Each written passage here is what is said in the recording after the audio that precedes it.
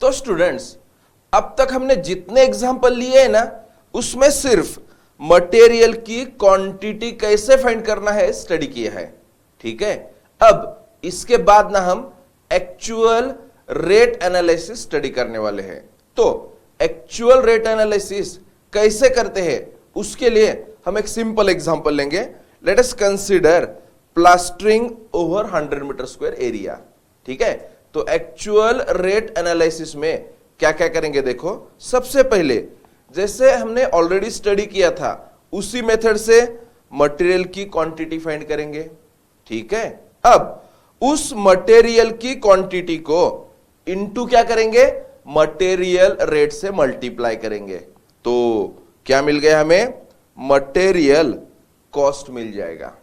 समझ में आ रहा है ना, मटेरियल की क्वांटिटी को इनटू मटेरियल रेट से मल्टीप्लाई करो, मटेरियल कॉस्ट मिल जाएगी। उसके बाद इतना काम करने के लिए जो नंबर ऑफ लेबर जरूरी है ना, तो क्या करो, नंबर ऑफ लेबर्स को उनकी सैलरी पर डे से मल्टीप्लाई करो, तो आपको क्या मिल जाएगा, लेबर कॉस्ट मिल जाएगा। सबसे पहले मटेरियल कॉस्ट फाइंड किया, उसके बाद लेबर कॉस्ट फाइंड करो। ठीक है, अब material cost and labour cost find करने के बाद नेक्स्ट उसमें ना वाटर चार्जेस 1.5% ऐड करना है एंड कॉन्ट्रैक्टर्स प्रॉफिट 10% ऐड करना है। ओके, अब इतना सारा ऐड करने के बाद हमें जो कॉस्टिंग मिलेगा ना, वो 100 मीटर स्क्वायर प्लास्टरिंग का कॉस्टिंग मिल जाएगा। ठीक है, finally add all the above cost, we will get total cost of 100 metre square plastering. Okay, अब ना 100 मीटर स्क्वायर प्लास्टरिंग की जो भी कॉस्ट आएगी ना, उस कॉस्ट से क्या करेंगे हम, 1 मीटर स्क्वायर प्लास्टरिंग की कॉस्ट फाइंड करेंगे। और एक बार हमें एक्चुअली क्या मिला है, 100 मीटर स्क्वायर प्लास्टरिंग की कॉस्ट मिल गई। अब with the help of that क्या करेंगे हम, cost of 1 metre square plastering मतलब cost of unit quantity of work find करेंगे। And cost of unit quantity of work means क्या होता है, रेट एनालिसिस। समझ में आए ना, लास्ट एक बार, रेट एनालिसिस मींस क्या होता है, cost of unit quantity of work. Clear? तो आगे वाले एग्जांपल में ना हम इसी तरह से रेट एनालिसिस करने वाले हैं for nearly 6 to 7 items. Okay, तो स्टूडेंट्स अगर जरूरी लगे ना, ये पूरा नोटबुक में राइट डाउन करो। ओके, एक्चुअल एग्जांपल शुरू करेंगे अब। तो स्टूडेंट्स, एक्चुअल रेट एनालिसिस के लिए हमें मटेरियल के मार्केट रेट की जरूरत है ना, सो मैंने यहां पे एक टेबल बना दी है। ठीक है, मैं जैसे जैसे एक्सप्लेन करते जाऊंगा, आप क्या करो, लिखते जाओ। ओके, शुरू करेंगे। सबसे पहले क्या है, brick. Brick first class, brick का यूनिट क्या है, नंबर। ओके, अब जो स्टैंडर्ड ब्रिक होती है ना, 19 centimetre bye 9 centimetre bye 9 centimetre की, उसका मार्केट रेट हम लेने वाले हैं ₹7 पर ब्रिक। ओके, उसके बाद नेचुरल सैंड या फिर उसको हम रिवर सैंड भी बोलते हैं, यूनिट क्या है, क्यूबिक मीटर। क्यूबिक मीटर मतलब हम मीटर क्यूब भी लिख सकते हैं। ठीक है, उसका रेट क्या है, ₹4000 पर मीटर क्यूब। ठीक है, उसके बाद आर्टिफिशियल सैंड। आर्टिफिशियल सैंड को मेजर करेंगे क्यूबिक मीटर में, उसका रेट लेंगे ₹1600 per cubic metre. Okay, next cement. अब देखो ना, सीमेंट की 1 बैग 50 kg की होती है। Okay, so unit bag and rate लेंगे ₹300 पर बैग। Okay, next aggregate. अब एग्रीगेट का यूनिट है क्यूबिक मीटर, रेट क्या लेने वाले हैं हम, ₹800 पर क्यूबिक मीटर। ठीक है, उसके बाद स्टील। अब स्टील का यूनिट मेट्रिक टन ना या फिर टन, हम रेट क्या लेने वाले हैं, ₹45,500 per ton. Okay, next binding wire. Binding wire measure करेंगे केजी में, उसका रेट लेने वाले हैं ₹55 per KG. Clear. Next mosaic tiles. अब हमने एग्जाम्पल में जो मोज़ेक टाइल्स लिए थे ना, उसका साइज क्या था, देखो 20 सेंटीमीटर बाय 20 सेंटीमीटर। ठीक है, यूनिट नंबर ना, और हम रेट क्या लेने वाले हैं, ₹20 पर square feet. Clear. Okay. Next through stone. Actually हम यूसीआर मैसोनरी में ना थ्रू स्टोन यूज करने वाले हैं। ठीक है, यूनिट क्या है, नंबर, और रेट लेने वाले हैं ₹40 per piece. Clear. Next oil paint. Oil paint का यूनिट लीटर, रेट लेने वाले हैं ₹250 per litre. Clear. Next teak wood. अब वुड जो है ना हम कंसिडर करेंगे स्क्वायर फीट में। ओके।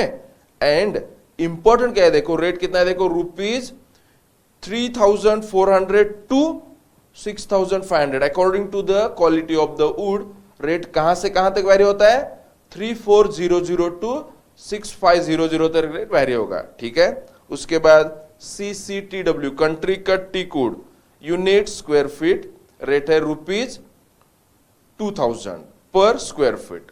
उसके बाद मुरुम, यूनिट क्या है, क्यूबिक मीटर, रेट लेंगे ₹320 per cubic metre. Okay. And finally stone measure करेंगे क्यूबिक मीटर में, एंड उसका रेट लेने वाले हैं ₹1,000 पर क्यूबिक मीटर। क्लियर। तो एक काम करो, पहले रेट लिख लो, एक्चुअल एग्जांपल शुरू करने वाले हैं। Okay. Actually students, rate analysis में हमें लेबर रेट की भी जरूरत है ना, सो उसके लिए मैंने एक पूरा टेबल बना दिया है। एक काम करो, मैं जैसे एक्सप्लेन करते जाऊंगा नोटबुक में लिख लो। ठीक है, चलो शुरू करेंगे। सबसे पहले हेड मैसन, उसको ना हम HM इतना भी लिख सकते हैं। ठीक है, तो हेड मैसन की पर डे की सैलरी क्या है, ₹500। ओके। उसके बाद ऑर्डिनरी जो मैसन होता है उसकी पर डे की सैलरी लेंगे ₹450। ठीक है। उसके बाद मजदूर, मजदूर में ना मेल मजदूर एंड फीमेल मजदूर, मेल मजदूर की पर डे की सैलरी ₹400 लेने वाले हैं हम, एंड फीमेल मजदूर की पर डे की सैलरी लेंगे ₹350। ओके। Next carpenter. अब फॉर्मवर्क वगैरह जो फिट करते हैं ना, उनको हम सेकंड क्लास कारपेंटर बोलेंगे। तो सेकंड क्लास कारपेंटर की पर डे सैलरी है ₹450। ओके। नेक्स्ट बारबेंडर। अब साइट पे स्टील रेनफोर्समेंट कट करके जो फिट करते हैं ना, वो क्या होते हैं, बारबेंडर। तो बारबेंडर की पर डे की सैलरी ₹450। ठीक है। उसके बाद पेंटर, पेंटर की पर डे की salary ₹450। Next plumber, plumber it is skilled worker ना, सो इसकी ना पर डे की सैलरी हम लेंगे ₹500। ओके। नेक्स्ट भिस्ती। अब साइट पे जो क्यूरिंग का काम करना पड़ता है ना, समझ में आ रहा है क्या, देखो, तो उसको हम भिस्ती बोलेंगे। भिस्ती की पर डे की सैलरी हम कंसिडर करेंगे ₹400। Okay. And finally stone dresser और कटर। एक्चुअली ये है ना, ये स्किल्ड वर्क भी है, at the same time hard work भी है, सो इसकी सैलरी थोड़ी सी ज्यादा है, कितने, ₹500 पर डे। ठीक है ना। एक काम करो, ये पूरा चार्ट अच्छी तरह से नोटबुक में लिख लो, इसको याद रखना ही पड़ेगा। ठीक है, क्योंकि फाइनल एग्जाम में ना एक्चुअल रेट एनालिसिस के 2 एग्जाम्पल आते हैं कम से कम, उसमें इसकी जरूरत पड़ने वाली है। ठीक है, तो पहले चार्ट परफेक्ट करो, इसके बाद हम एग्जाम्पल शुरू करने वाले हैं। ओके। तो स्टूडेंट्स, अब रेट एनालिसिस में एक्चुअल लेबर कितने लगेंगे उसका भी चार्ट आपको याद रखना पड़ेगा।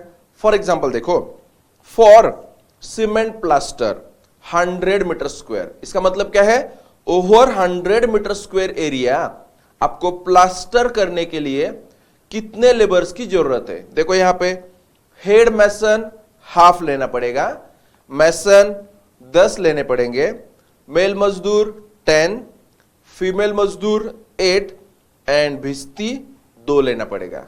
ठीक है। उसके बाद कॉन्टिंजेंसीज। अब कॉन्टिंजेंसीज मतलब क्या है, देखो ये जो 100 मीटर स्क्वायर प्लास्टरिंग का वर्क चल रहा है ना, ड्यूरिंग दिस वर्क कुछ अनएक्सपेक्टेड चार्जेस जो हमने कंसिडर नहीं किए होते उसकी पॉसिबिलिटी होती है, तो उसके लिए हमने क्या किया होता है, पहले से ही लमसम में 500 रुपीज हमने एक्स्ट्रा उसमें ऐड किया होता है। ठीक है, कॉन्टिजेंसी मतलब अनएक्सपेक्टेड चार्जेस हम कितने लेंगे, लमसम 500 लेंगे। ओके, तो ये जो सब पूरा चार्ट है ना, एक्चुअली मैंने ऐसे 7 पॉइंट्स बना दिए हैं, तो सब पहले उस नोटबुक में अच्छी तरह से लिख लो, उसके बाद अब एग्जांपल शुरू करेंगे। ओके,